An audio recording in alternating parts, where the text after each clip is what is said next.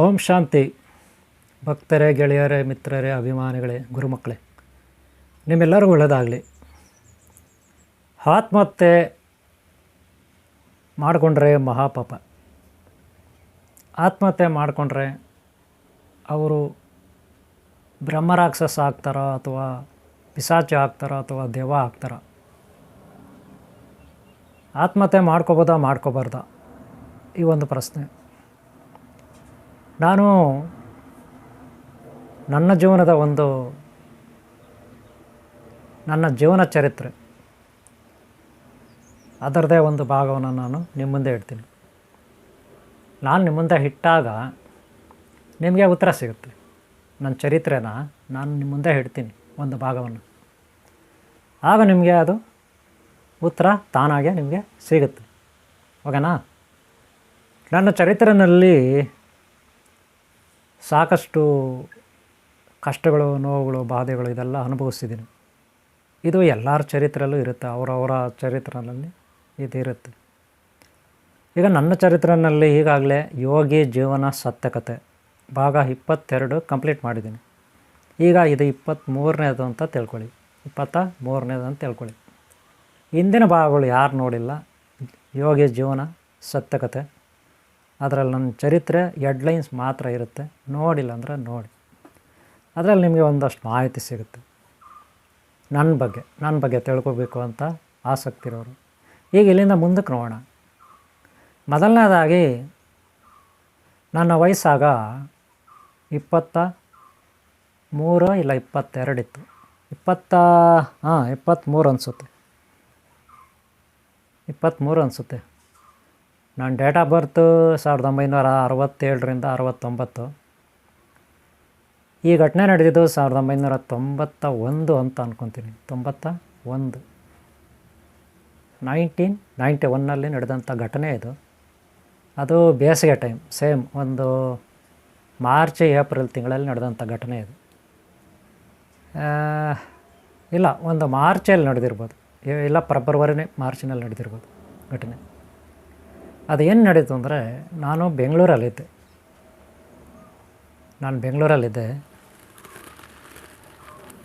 ಅಲ್ಲಿ ಒಂದು ವರ್ಕ್ಶಾಪಲ್ಲಿ ಕೆಲಸ ಮಾಡ್ತಾಯಿದ್ದು. ಆ ವರ್ಕ್ಶಾಪಲ್ಲಿ ಏನಪ್ಪ ಅಂದರೆ welding, grinding, lathe machine, surface grinding, gas cutter, drilling ಇದೆಲ್ಲ ಇರುತ್ತೆ. ನನ್ನ ಕೆಲಸ ಏನೋ ಫ್ಯಾಕ್ಟ್ರಿಲಿ ಅಂದರೆ ಡ್ರಿಲ್ ಮಾಡೋದು.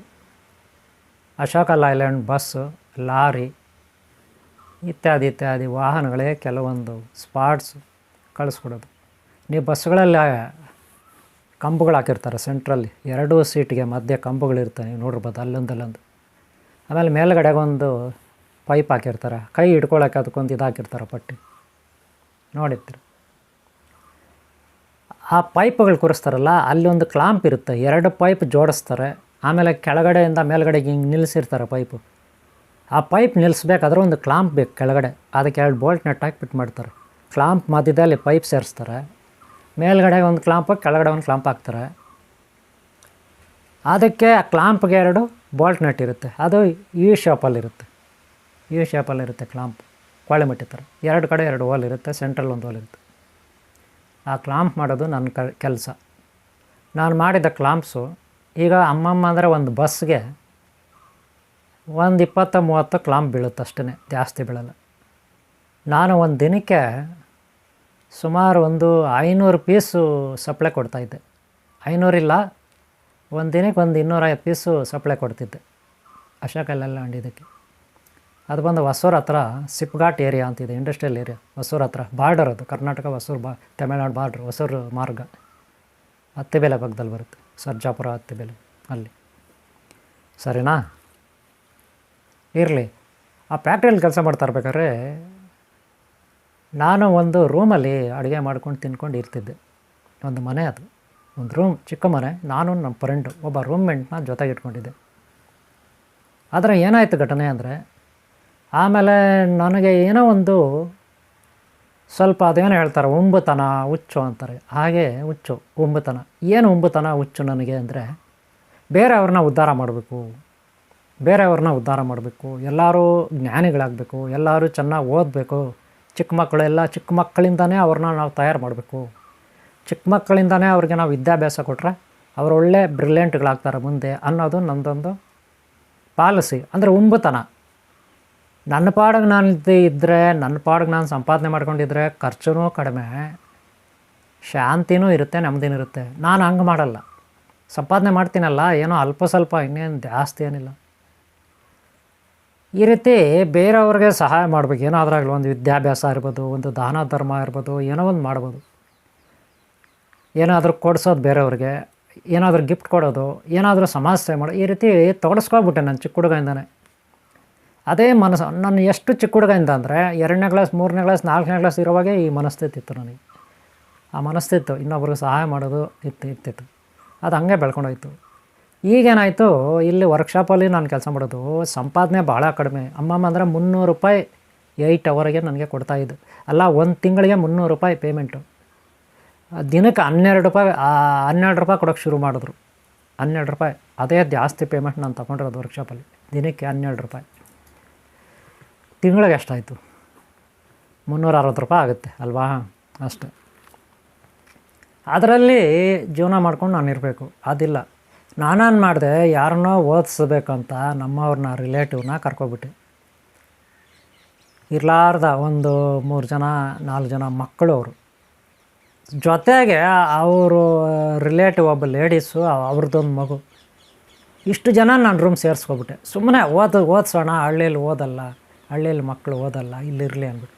ನಮ್ಮ ರಿಲೇಟಿವ್ ಒಬ್ಬರು, ಅವ್ರ ಹೆಸರು ಹೇಳೋದು ಬೇಡ, ಒಬ್ಬ ರಿಲೇಟಿವ್.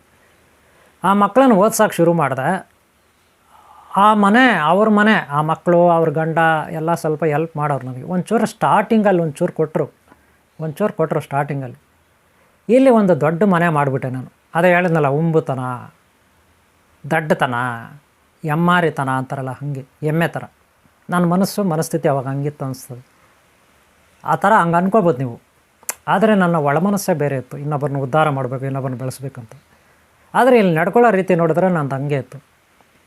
ಅವ್ರನ್ನ ತಗೊಂಡು ಸೇರಿಸ್ಕೊಬಿಟ್ಟೆ. ಸ್ಟಾರ್ಟಿಂಗಲ್ಲಿ ಆ ಮನುಷ್ಯ ಕೆಲವು ಪ್ರಾಮಿಸ್ಗಳು ಮಾಡಿದ್ದ ನನಗೆ. ಅದರಲ್ಲೂ ನಾನು ಒಂದು ರೇಡಿಯೋ TV ಟ್ರೈನಿಂಗ್ ಮಾಡಬೇಕು ಅಂತ ರಾಜಾಜಿನಗರದಲ್ಲಿ ಅವಿನಾಶ್ ರೇಡಿಯೋ ಇನ್ಸ್ಟಿಟ್ಯೂಟ್ ಅಂತಿದೆ. ಅಲ್ಲಿ ಶ್ರೀರಾಮ್ ಮಿಲ್ ಅಂತ ಬರುತ್ತೆ. ಶಾರದಾನ ಸುಜಾತ ಟಾಕೀಸ್ ಪಕ್ಕದಲ್ಲಿ ರಾಜಾಜಿನಗರದಲ್ಲಿ ಶ್ರೀರಾಮ್ ಮಿಲ್. ಅದರ ಆಪೋಸಿಟ್ ರೋಡೇ ಆ ಶ್ರೀರಾಮ್ ಮಿಲ್ ಬಸ್ ಸ್ಟಾಪ್ ಬರುತ್ತೆ. ಶ್ರೀರಾಮ್ ಮಿಲ್ ಬಸ್ ಸ್ಟಾಪ್, ಅದಕ್ಕೆ ಆಪೋಸಿಟ್ ರೋಡಲ್ಲ ಅವಿನಾಶ್ ರೇಡಿಯೋ ಇನ್ಸ್ಟಿಟ್ಯೂಟ್ ಅಂತಿತ್ತು. ಅಲ್ಲಿ ರೇಡಿಯೋ TV IT ಮಾಡಬೇಕಂತ ಸೇರ್ಕೊಬಿಟ್ಟೆ. ಈ ಮನುಷ್ಯ, ಈ ಹುಡುಗರಿದ್ದಾರಲ್ಲ, ಈ ಮನುಷ್ಯ, ಆ ಯಜಮಾನ ನನಗೆ ಫಸ್ಟ್ ಟೈಮ್ ಒಂದು 500 ರೂಪಾಯಿ 1000 ರೂಪಾಯಿ ಕೊಟ್ಟ. ಅಲ್ಲಿ ತಿಂಗಳು ಕಟ್ಟಬೇಕು, ಒಂದು 6 ತಿಂಗಳು. ಈ ಮನುಷ್ಯ ಫಸ್ಟ್ ಟೈಮ್ ಕಟ್ಟ ಒಂದು 500 ರೂಪಾಯಿ 1000 ರೂಪಾಯಿ ಅಷ್ಟೇ, ಮತ್ತೆ ಕೊಡಲಿಲ್ಲ. ಇಲ್ಲಿ ಮನೆ ಬಾಡಿಗೆ ಯಾರು ಕಟ್ಟೋದು, ಈ ಮಕ್ಕಳಿಗೆ ಊಟ ಯಾರು ಹಾಕೋದು, ಇವ್ರನ್ನೆಲ್ಲ ನೋಡ್ಕೊಳ್ಳೋದು ಯಾರು? ಎಷ್ಟು ಜನ ಇದ್ದಾರೆ ಗೊತ್ತಾ? ಆ ಒಬ್ಬಳು, ಆ ಒಂದು ಹೆಣ್ಮಗು, ಇಬ್ಬರು ಗಂಡು ಮಕ್ಕಳು ಅಮ್ಮನಿಗೆ. ಆ 3 ಜನ ಮಕ್ಕಳು ಇಲ್ಲೇ, ಇನ್ನಿಬ್ಬರು ಮಕ್ಕಳು ಅಮ್ಮ ತಂಗಿ ಮಕ್ಕಳು. ಇಷ್ಟು ಜನ, ನಾನೊಬ್ಬ.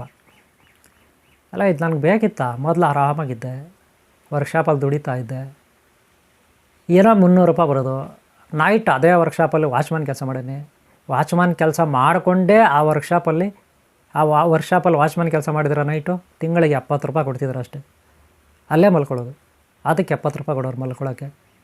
ಮತ್ತು ನೈಟು 4 ಅವರ್ 5 ಅವರ್ ಡ್ಯೂಟಿ ಮಾಡ್ತಿದ್ದೆ ಪಾರ್ಟ್ ಟೈಮ್, ಒಬ್ಬನೇ ಬಾಗಿಲು ಹಾಕೋಬಿಟ್ಟು ವರ್ಕ್ಶಾಪ್. ಬೆಳಗ್ಗೆ ಪ್ರೊಡಕ್ಷನ್ ಕೊಡ್ತಿದ್ದೆ, ಇಷ್ಟು ಪೀಸ್ ಅಂತ ಹೇಳ್ಬಿಟ್ಟು, ಅದಕ್ಕೆ ಬೇರೆ ಕೊಡೋರು. ಈ ರೀತಿ ಅಷ್ಟೇ ಅಲ್ಲ, ಮನೇಲಿ ಟ್ಯೂಷನ್ ಮಾಡ್ತಿದ್ದೆ. 7 ಗಂಟೆಯಿಂದ ಒಂದು 8:30ವರೆಗೂ ಟ್ಯೂಷನ್ ಮಾಡ್ತಿದ್ದೆ. ಅದಕ್ಕೊಂದು ಹುಡುಗರು ಒಂದು 20 ರೂಪಾಯಿ ತಿಂಗಳಿಗೆ ಕೊಡೋರು.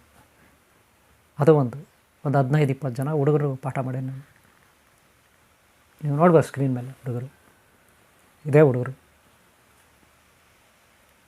ಪಾಠ ಮಾಡಿದ್ವಿ. ಅದೊಂದು ಬರೋದು. ಅಷ್ಟೇ ಅಲ್ಲ, ಹೋಟೆಲ್ಗೆ ನೀರು ಹಾಕೇನೆ. ಬೆಳಗ್ಗೆ ಹೋಗ್ಬಿಟ್ಟು ಒಂದು ಹೋಟೆಲ್ಗೆ 2 ಕಿಲೋಮೀಟ್ರ್ ಹೋಗಿ ಒಂದು ಸೈಕಲ್ ತೊಗೊಂಡೋಗಿ 6 ಬಿಂದಿಗೆ ಹಾಕ್ಕೊಂಡು ಸೈಕಲ್ ಮೇಲೆ ಬೆಳಗ್ಗೆ ನಾನಿದ್ದಿದ್ದು ಸಿಂಗನಪಳ್ಳ, ನಾದಾನ್ ಇಂಜಿನಿಯರಿಂಗ್ ವರ್ಕ್ಸು, ದೂರವಾಣಿ ಕೇಬಲ್ ಆಪೋಸಿಟ್.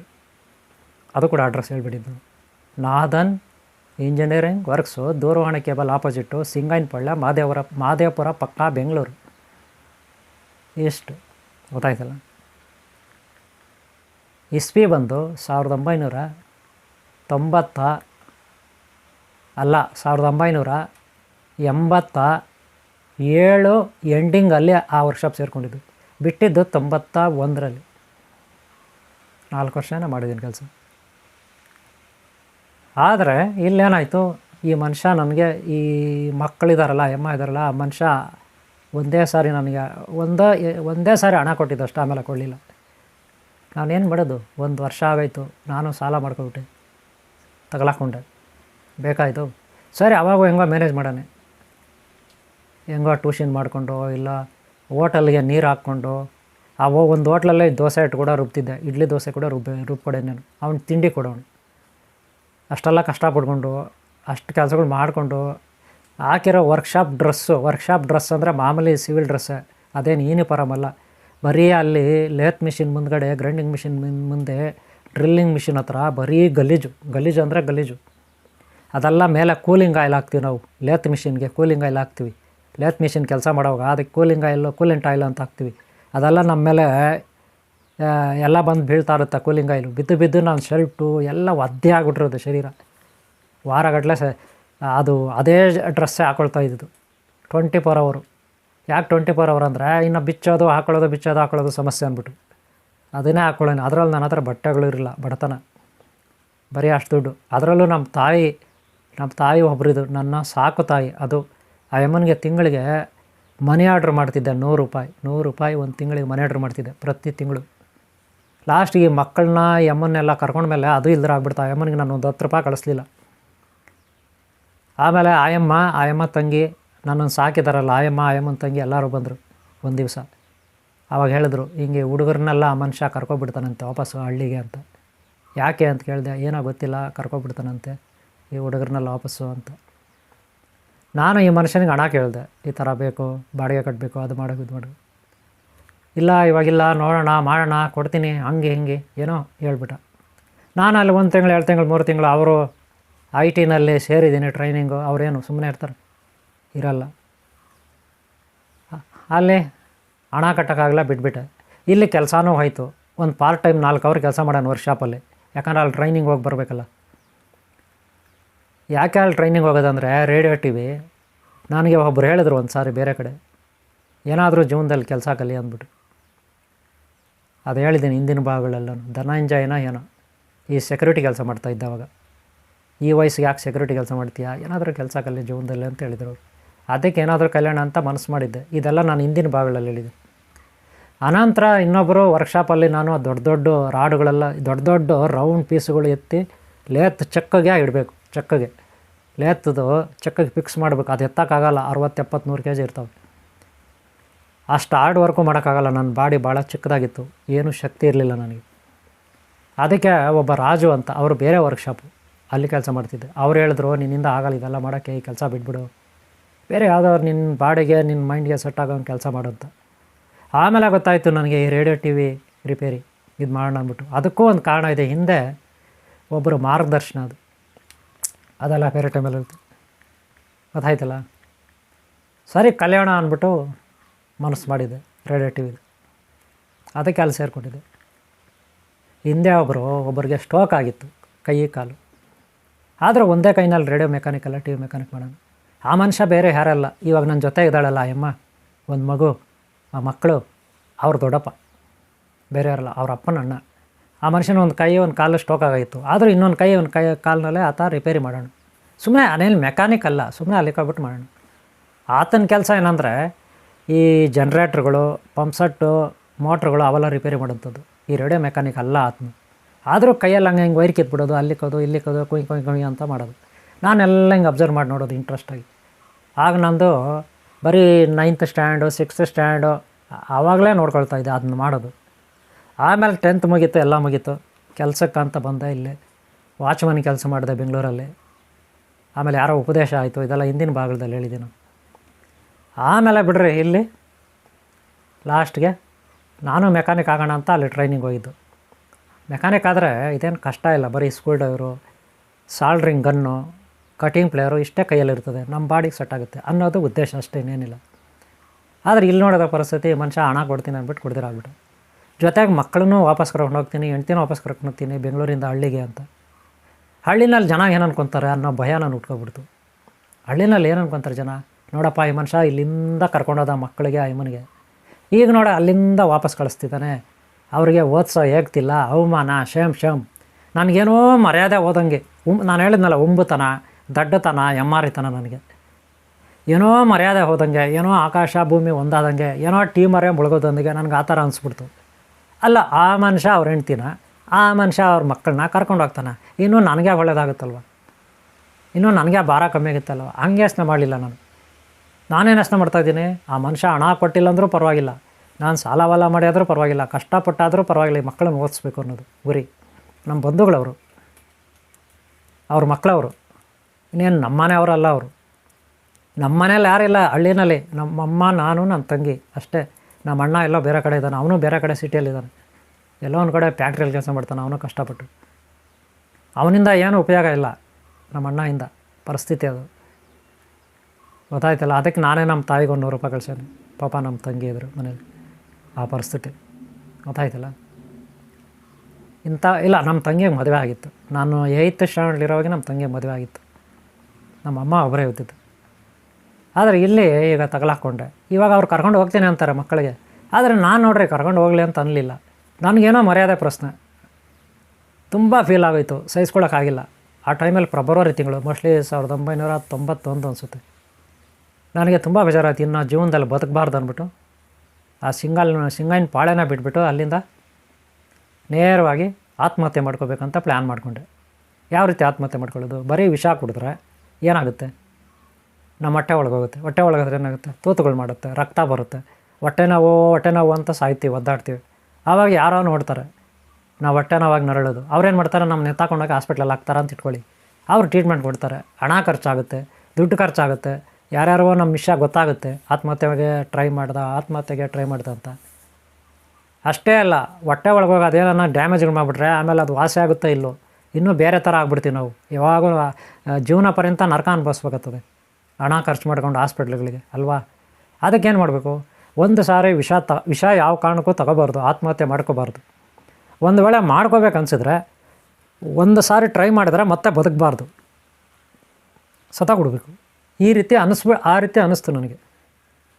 ಅದಕ್ಕೇನು ಮಾಡಿದೆ, ಅರ್ಧ kg ಜಾಮ್, ಕಿಸಾನ್ ಜಾಮ್ ಬರುತ್ತೆ, ಆವಾಗ ಜಾಮ್ ಇತ್ತು, ಕಿಸಾನ್ ಜಾಮ್ ಅಂತ. ಅದು ಬ್ರೆಡ್ಗೆ, ಬನ್ನುಗಳಿಗೆ, ಚಪಾತಿಗೆ ಹಾಕ್ಕೊಂಡು ತಿನ್ನೋಂಥ ಜಾಮ್, ಅರ್ಧ kg ಬಾಟಲ್ ಜಾಮ್ ತಗೊಂಡೆ, ಜಾರು ಅರ್ಧ kg. ಅದ್ರ ಜೊತೆಗೆ ಇಲಿ ಪಾಷಾಣ ಅಂತಿರಲ್ಲ, ಸಂತೆಗಳಲ್ಲಿ ಮಾರ್ತಿರ್ತಾರೆ, ಎಲಕಲ್ಮಂದು ಇಲಿ ಮದ್ದು ಅಂದ್ಬಿಟ್ಟು. ನಾನೊಂದು 2 ಪಾಕೆಟ್ ತೊಗೊಂಡೆ, ಬ್ಯಾಗಲ್ಲಿ ಹಾಕ್ಕೊಂಡೆ. ನೇರವಾಗಿ ಧರ್ಮಸ್ಥಳಕ್ಕೆ ಹೋಗೋಕ್ಕೆ ಅಂತ ನನ್ನ ಹತ್ರ ಮೋಸ್ಟ್ಲಿ ಆಗ ಏನೋ ಒಂದು ₹70 ಇತ್ತೇನೋ ಅಂದ್ಕೊತೀನಿ. ಆವಾಗ ಬಸ್ ಟಿಕೆಟು ಅಲ್ಲಿಗೆ ಧರ್ಮಸ್ಥಳಕ್ಕೆ ಬಸ್ ಟಿಕೆಟ್ ಬಂದು ಸುಮಾರು ಏನೋ ಒಂದು ₹40 ಇತ್ತು ಅನಿಸುತ್ತೆ. ಧರ್ಮಸ್ಥಳಕ್ಕೆ ಅಷ್ಟೇ ಇದ್ದಿದ್ದು, ಒಂದು ₹40 ಇತ್ತು. ಬಸ್ ಫೇರ್ಗೆ ಅದಾದರೆ ಇನ್ನು ಉಳಿದಿದ್ದು ಒಂದಷ್ಟು ಉಳಿಯುತ್ತೆ.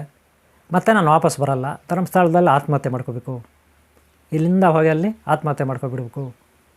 ಯಾಕೆ ಅಂದರೆ ನಾನು ಆಧ್ಯಾತ್ಮದಲ್ಲಿದ್ದೀನಿ ಇಷ್ಟು ವರ್ಷಗಳ ಕಾಲ, ಏನೂ ಸಾಧಿಸಲಿಲ್ಲ.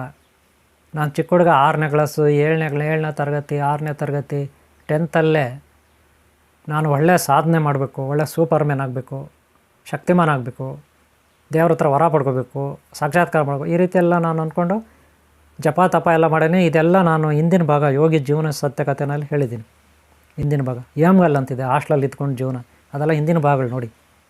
ಯೋಗಿ ಜೀವನ ಸತ್ಯಕಥೆ ಅಂತ ನೀವು ಯೂಟ್ಯೂಬಲ್ಲಿ ಸರ್ಚ್ ಮಾಡಿದ್ರೆ ನಂದೆಲ್ಲ ಟೋಟಲಾಗಿ ಬಂದುಬಿಡುತ್ತೆ. ಯೋಗಿ ಜೀವನ ಸತ್ಯ ಕಥೆ ಭಾಗ 1, 2 ಹಂಗಾಕಿ ಎಲ್ಲ ಭಾಗಗಳು ಬಂದುಬಿಡುತ್ತೆ. ನೋಡಿ, ಎಲ್ಲ ಭಾಗಗಳು ನೋಡಿ. ಅಲ್ಲೆಲ್ಲ ಯಾವ ರೀತಿ ನಾನು ಆರಾಧನೆ ಮಾಡ್ತಿದ್ದೆ ಹನುಮಂತ ದೇವ್ರನ್ನ, ನಮ್ಮ ಹಳ್ಳಿಯಲ್ಲೂ ರಜೆಗಳಲ್ಲಿ, ಸ್ಕೂಲ್ ರಜೆಗಳಲ್ಲಿ. ಹಾಗೆ ಅಲ್ಲಿ ಏಮ್ಗಲ್ಲು ಹಾಸ್ಟೆಲಲ್ಲಿ, ಏಮ್ಗಲ್ ಅಂತಿದೆ, Kolar to Chikkaballapur Gauribidanur road, Kolar to Chikkaballapur road Emgal ಅಂತ ಬರುತ್ತೆ. ಅಲ್ಲಿ ನಾನು 5 ವರ್ಷ ಹಾಸ್ಟೆಲಲ್ಲಿದ್ದೆ. ಆ ಟೈಮಲ್ಲೇ ಶಿವಭಕ್ತ, ಹನುಮಂತ ಭಕ್ತ ಆಗಿದ್ದೆ ನಾನು. ಹನುಮಂತ ಶಿವಭಕ್ತ ಆಗಿದ್ದೆ, ಇಬ್ಬರು ಒಂದೇ ಅಲ್ವಾ, ರುದ್ರಾವತಾರಿ ಶಿವಶಕ್ತಿ, ಓಕೆನಾ. ಆದರೆ ಇಲ್ಲಿ ಧರ್ಮಸ್ಥಳಕ್ಕೇನೋ ಹೊರಟುಬಿಟ್ಟೆ. ವಾಪಸ್ ಬರಲ್ಲ, ಅದಕ್ಕೇನು ಎಕ್ಸ್ಟ್ರಾ ಹಣ ಬೇಕಾಗಿಲ್ಲ. ಒಂದು ಕಂಬಳಿ ತೊಗೊಂಡದೆ ಓದ್ಕೊಳಕ್ಕೆ, ಒಂದು ಗುರುದೇವ ದತ್ತಾತ್ರೇಯ ಸ್ವಾಮಿದೊಂದು ಮರದ್ರಲ್ಲಿ ಮಾಡಿರೋದು, ಅವಾಗ ಮರದ್ರಲ್ಲಿ ಮಾಡಿರೋದು ಒಂದು ಫೋಟೋ ಥರ ಇರೋದು, ಅದಕ್ಕೊಂದು ಸ್ಟಿಕ್ಕರ್ ಹಾಕಿರೋರು, ಮರದ ಪೀಸಲ್ಲಿ ಒಂದು ಸ್ಟಿಕ್ಕರ್ ಹಾಕಿರೋರು, ಆ ಥರ ಒಂದು ಫೋಟೋ, ಅದು ಎತ್ಕೊಂಡು ಹೋದೆ. ಒಂದು ಬೆಡ್ಶೀಟು, 1-2 ಜೊತೆ ಬಟ್ಟೆ ಅಷ್ಟೇ, ಯಾಕಂದರೆ ಮತ್ತೆ ವಾಪಸ್ ಬರೋಲ್ಲ, ಸತ್ತೋಗ್ತೀನಲ್ಲ, ಆತ್ಮಹತ್ಯೆ ಮಾಡ್ಕೊತೀನಲ್ಲ. ಇದು ಎಲ್ಲಿಗೆ? ಧರ್ಮಸ್ಥಳಕ್ಕೆ ಪ್ರಯಾಣ ಬೆಳೆಸ್ದೆ. ಅಲ್ಲಿ ಹೋದೆ, ರೂಮ್ ಮಾಡಿದೆ. ಯಾವುದು? ಧರ್ಮಸ್ಥಳ ಕ್ಷೇತ್ರದ ರೂಮ್ ಮಾಡಿದೆ. ಅದು ಮೋಸ್ಟ್ಲಿ 12ನೇ ನಂಬರ್ ರೂಮು ಎಷ್ಟೋ ಇರಬೇಕು. ಈ ಕಡೆ ಆನೆಗಳೆಲ್ಲ ಕಟ್ತಾರೆ ಅಲ್ಲಿ ರೂಮ್ ಅವ್ರದ್ದೇ. ಆದರೆ 3 ದಿನ ಇದ್ದೆ. ಮೊದಲು ಅಲ್ಲೆಲ್ಲ ಪ್ಲ್ಯಾನ್ ಮಾಡಿಕೊಂಡೆ, ಆತ್ಮಹತ್ಯೆ ಎಲ್ಲಿ ಮಾಡ್ಕೊಳ್ಳೋದು. ಆತ್ಮಹತ್ಯೆ ಮಾಡ್ಕೋಬೇಕಾದ್ರೆ ಯಾರೂ ಜನ ಇರಬಾರ್ದು, ಅಲ್ಲಿ ಬರೀ ಕಾಡಿರುತ್ತೆ. ಧರ್ಮಸ್ಥಳ ಏರಿಯಾನಲ್ಲಿ ಬರೀ ಮರ ಗಿಡಗಳು, ಹಳ್ಳ ಕೊಳ್ಳಗಳು, ಬೆಟ್ಟಗಳಿರುತ್ತೆ, ಅಲ್ಲಿ ಯಾರೂ ಜನ ಹೆಚ್ಚಾಗಿ ಓಡಾಡಲ್ಲ, ಈ ರೀತಿಯ ಅಭಿಪ್ರಾಯ ನಂದಿತ್ತು. ಆ ಥರ ಪ್ಲೇಸಲ್ಲಿ ಹೋಗಿ ಸತ್ತು ಹೋಗ್ಬಿಟ್ರೆ, ವಿಷ ತಗೊಬಿಟ್ರೆ ಯಾರೂ ನಮ್ಮನ್ನು ನೋಡಲ್ಲ, ಈ ರೀತಿ ಪ್ಲ್ಯಾನ್ ಮಾಡಿಕೊಂಡೆ. ಆಮೇಲೆ ಅಲ್ಲಿ ರೂಮ್ ಮಾಡಿದೆ. ಅಲ್ಲಿ ರೂಮಲ್ಲಿ ಕಸ ಗುಡಿಸೋರು, ಕ್ಲೀನ್ ಮಾಡೋರು ಒಬ್ಬ ಬರೋನು ಹೋಗೋನು, ಅವನ್ನ ವಿಚಾರಿಸ್ದೆ, ಏನಪ್ಪ ಇಲ್ಲಿ ಏನಾದರೂ ಹುಲಿಗಳಿದೆಯಾ, ಸಿಂಹಗಳಿದೆಯಾ, ಕರಡಿಗಳಿದೆಯಾ ಅಂದ್ಬಿಟ್ಟು. ಅವನು ಇಲ್ಲ, ಅಂಥದ್ದೇನಿಲ್ಲ, ಇಂಥದ್ದೇನಿಲ್ಲ ಅಂದ. ಸರಿ, ಹಂಗಾದ್ರೆ ಆತ್ಮಹತ್ಯೆ ಮಾಡ್ಕೋಬೋದು ಅಂತ ನಾನು ಪ್ಲ್ಯಾನ್ ಮಾಡಿಕೊಂಡೆ. ಆಮೇಲೆ ಏನೆಲ್ಲ ಆಯಿತು ಹಳ್ಳಿ ಸೇರ್ಕೊಳ್ಳೋಕ್ಕೆ, ಏನು ಪರಿಸ್ಥಿತಿ ಬಂತು ನೆಕ್ಸ್ಟ್ ಪಾರ್ಟಲ್ಲಿ ಹೇಳ್ತೀನಿ. ಗೊತ್ತಾಯ್ತಲ್ಲ, ಈ ಪಾಠ ಇಲ್ಲಿ ಮುಗಿಸ್ತಾ ಇದ್ದೀನಿ, ತುಂಬ ದೊಡ್ಡದಾಯಿತು. ಮುಂದಿನ ಭಾಗ ನೋಡಿ, ಯೋಗ ಜೀವನ ಸತ್ಯಕತೆ ಮುಂದಿನ ಭಾಗ ನೋಡಿ. ಅದರಲ್ಲಿ ಯಾವ ರೀತಿ ನನಗೆ ದೈವ, ಗುರು ದೈವ, ಆಮೇಲೆ ಇದರ ಸೀಕ್ರೆಟ್ಸ್ ಇದೆ. ಏನೇನು ಸೀಕ್ರೆಟ್ಸ್? ನನ್ನನ್ನು ಉಳಿಸ್ಲಿಕ್ಕೆ ಒಬ್ಬ ಆಧ್ಯಾತ್ಮ ಜೀವಿ ಸಾಯಬಾರ್ದು, ಅವನನ್ನು ಉಳಿಸ್ಬೇಕು, ಅವನು ಸಾಯಬಾರ್ದು ಅಂತ ದೈವ ಯಾವ ರೀತಿ ಸಪೋರ್ಟ್ ಮಾಡುತ್ತೆ, ರಕ್ಷಣೆ ಮಾಡುತ್ತೆ ಅನ್ನೋದಕ್ಕೆ ಮುಂದಿನ ಭಾಗದಲ್ಲಿ ನಿಮಗೆ ಒಳ್ಳೆ ಕ್ಲಾರಿಟಿ ಬರುತ್ತೆ. ಓಕೆನಾ? ಓಕೆ, ನಿಮ್ಮ ಜೀವನದಲ್ಲೂ ಕೂಡ ಸಾಕಷ್ಟು ಈ ರೀತಿ ಘಟನೆಗಳು ನಡೆದಿರುತ್ತೆ. ಆತ್ಮಹತ್ಯೆ ಮಾಡ್ಕೋಬೇಡಿ ದಯವಿಟ್ಟು, ಪ್ರಯೋಜನ ಆಗಲ್ಲ. ಅದಕ್ಕೆ ನಾನು ಮುಂದಿನ ಭಾಗ ನೋಡಿರಿ, ನಿಮ್ಗೆ ಅರ್ಥ ಆಗುತ್ತೆ. ಓಕೆನಾ? ಈ ವಿಡಿಯೋ ಇಷ್ಟ ಆದರೆ ಒಂದು ಲೈಕ್ ಮಾಡಿ. ನಿಮ್ಮೆಲ್ಲರೂ ಒಳ್ಳೆಯದಾಗಲಿ. ಓಂ ಶಾಂತಿ, ಓಂ ಶಾಂತಿ, ಓಂ ಶಾಂತಿ.